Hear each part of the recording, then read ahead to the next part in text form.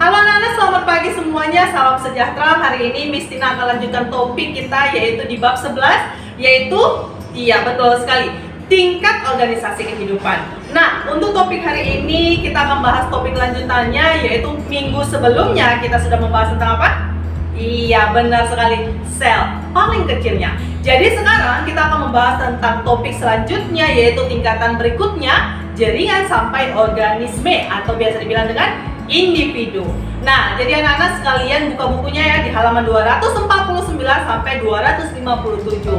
Nah, jadi setelah tayangan video ini, Miss harapkan anak-anak semua nanti akan mampu untuk menjelaskan mengenai yang namanya jaringan, kemudian nanti ada organ, sistem organ, bahkan sampai yang namanya individu ataupun organisme. Nah, yang bagaimana itu? Yuk kita simak tayangan video berikut ini. Tingkat organisasi makhluk hidup. Pada pertemuan hari ini, kita akan bahas pada tingkatan jaringan sampai pada tingkatan organisme. Tingkat organisasi kehidupan. Pada pertemuan sebelumnya, kita sudah bahas bahwa tingkat paling dasarnya adalah sel, yaitu bagian terkecil dari makhluk hidup. Nah, untuk pertemuan hari ini, kita akan mulai dari level ataupun tingkatan jaringan yang merupakan kumpulan dari sel-sel yang sama, fungsi dan bentuknya. Kemudian, organ, kumpulan beberapa jaringan yang saling bekerja sama dalam melaksanakan fungsinya. Berikutnya adalah sistem organ, sekelompok organ tubuh yang bekerja sama dalam melakukan fungsi tertentu. Dan yang terakhir adalah organisme atau biasa kita bilang dengan individu. Pada makhluk multiseluler, organisme merupakan kumpulan dari beberapa sistem organ yang bekerja sama. Tetapi untuk organisme atau individu dalam makhluk hidup uniseluler atau bersel satu, berarti selnya tersebut sudah dikategorikan individu. Oke, kita akan bahas tentang jaringan tubuh, yaitu tadi sudah dijelaskan bahwa kumpulan dari beberapa sel yang bekerja sama.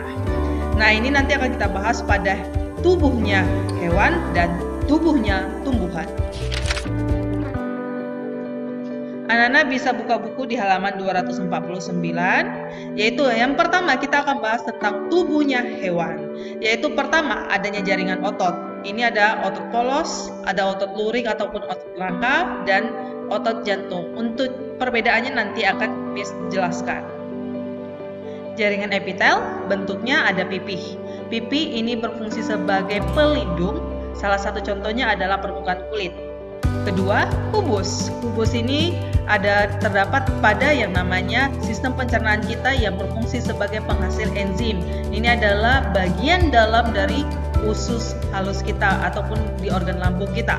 Kemudian bentuk batang. Batang ini berfungsi sebagai pelindung ataupun organ yang terdapat pada organ kelamin. Kemudian bentuk transisi. Transisi ini terdapat pada yang namanya kantung kemih. Dia bisa berubah menjadi bentuk pipih, kubus ataupun batang tergantung kandungan air yang disimpan pada kantung kemih kita. Jadi kalau kantung kemih kita sedikit menyimpan air kemih ataupun air urin, maka bentuknya cenderung ke batang. Tapi kalau dia penuh dengan air urin atau keinginan untuk keluar air kencing itu atau air kecil itu ada semakin kuat, maka bentuknya nanti akan semakin pipih.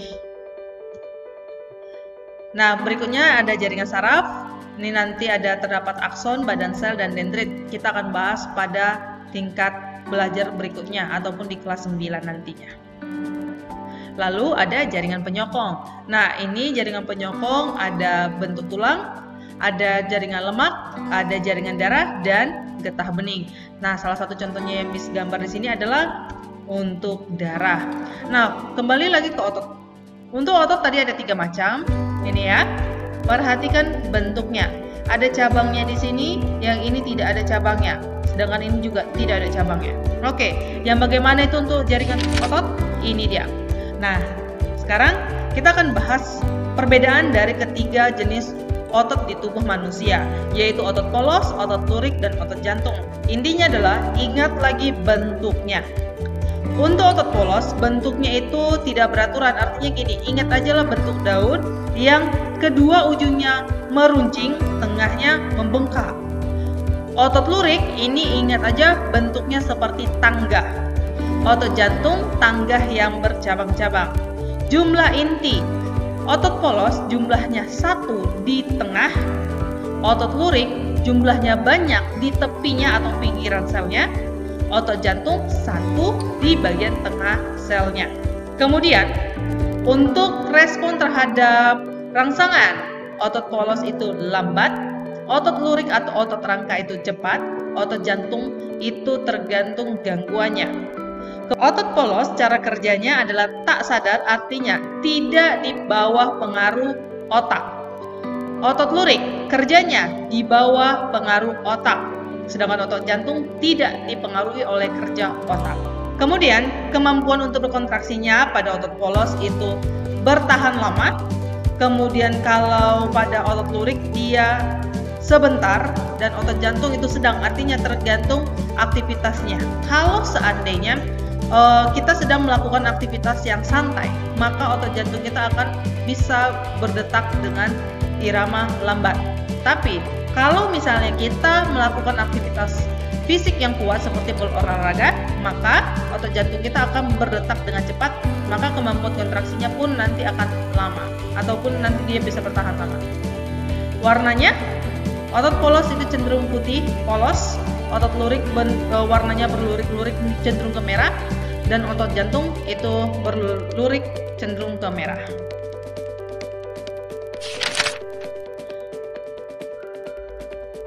Yang pertama adalah jaringan dasar atau biasa dibilang dengan jaringan parenkim. Nah, ini merupakan jaringan yang tersusun dari sel-sel hidup. Bentuknya ini beraneka ragam tergantung dia mau membentuk apa. Salah satu contohnya adalah pada organ daun. Dia akan memiliki 2 jenis parenkim, yaitu parenkim palisade atau biasa kita bilang dengan parenkim jaringan tiang, dan parenkim spons atau biasa kita bilang dengan parenkim bunga karang. Kemudian ada jaringan meristem. Meristem itu adalah jaringan yang aktif membelah, bersifat embrionik, dan posisinya bisa kita temukan di ujung dari organ, yaitu ujung batang, ujung akar maupun di bagian kambium. Nah, kalau dari gambar yang meristem ini dia di bagian ujung-ujung, dan dia cenderung untuk melakukan pertambahan tinggi dari tumbuhan tersebut. Kemudian ada jaringan pengangkut. Oke, jaringan pengangkut di sini ada 2 macam, keberadaan xilem dan floem. Nah, xilem nanti akan mengangkut yang namanya air dan unsur hara dari dalam tanah menuju ke daun. Nah, kalau pada gambar dia cenderung pada bulatan yang kecil-kecil, ya. Dia menuju ke bagian dalam dari batang. Sedangkan floem ini adalah bagian dari jaringan pengangkut yang berfungsi mengangkut hasil fotosintesis ke seluruh tubuh, dan posisinya ini cenderung menuju ke kulit pada tanaman tersebut. Oke, berikutnya adalah jaringan penguat, merupakan terdiri dari 2 jenis sel ataupun kumpulan dari sel-sel. Yang pertama adalah kolenkim, di mana jenis ini adalah sel-selnya berdinding tebal pada sudut-sudutnya, jadi lebih cenderung elastis. Sedangkan sklerenkim ini penebalannya sudah pada seluruh dinding selnya, jadi cenderung kaku. Jadi kalau ditanya di bagian mana terdapat kolenkim di tumbuhan, ya bisa kita temukan pada ujung ataupun yang lebih lentur, pada daun, pada pucuk. Nah, itu ada kolenkim. Dan sklerenkim ini bisa kita temukan pada batang yang keras. Oke. Selanjutnya adalah organ. Nah, untuk organ ini adalah kumpulan dari beberapa jaringan. Oke, di sini ada beberapa jenis organ yang Miss gambarkan. Pertama, ada organ lengan. Dari organ lengan ada jaringan-jaringan yang menyusun di situ. Di sini sudah jelas ya, ada epitel, kemudian jaringan otot, jaringan penyokongnya, dan ada tulang-tulangnya, ada saraf juga. Untuk akar, di sini ada jaringan pengangkut, nanti ada jaringan meristem di bagian ujungnya. Oke?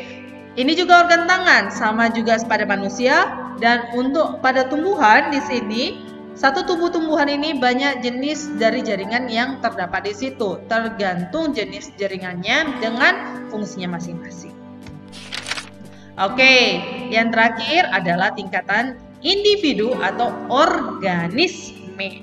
Nah, di sini ada dua jenis organisme, hewan dan tumbuhan, tergantung bentuknya, tergantung alat geraknya ada atau tidak, dan bagaimana cara meresponnya.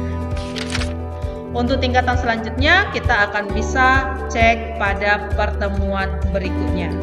Terima kasih. Oke anak-anak, bagaimana dengan tayang video tadi? Cukup dimengerti ya?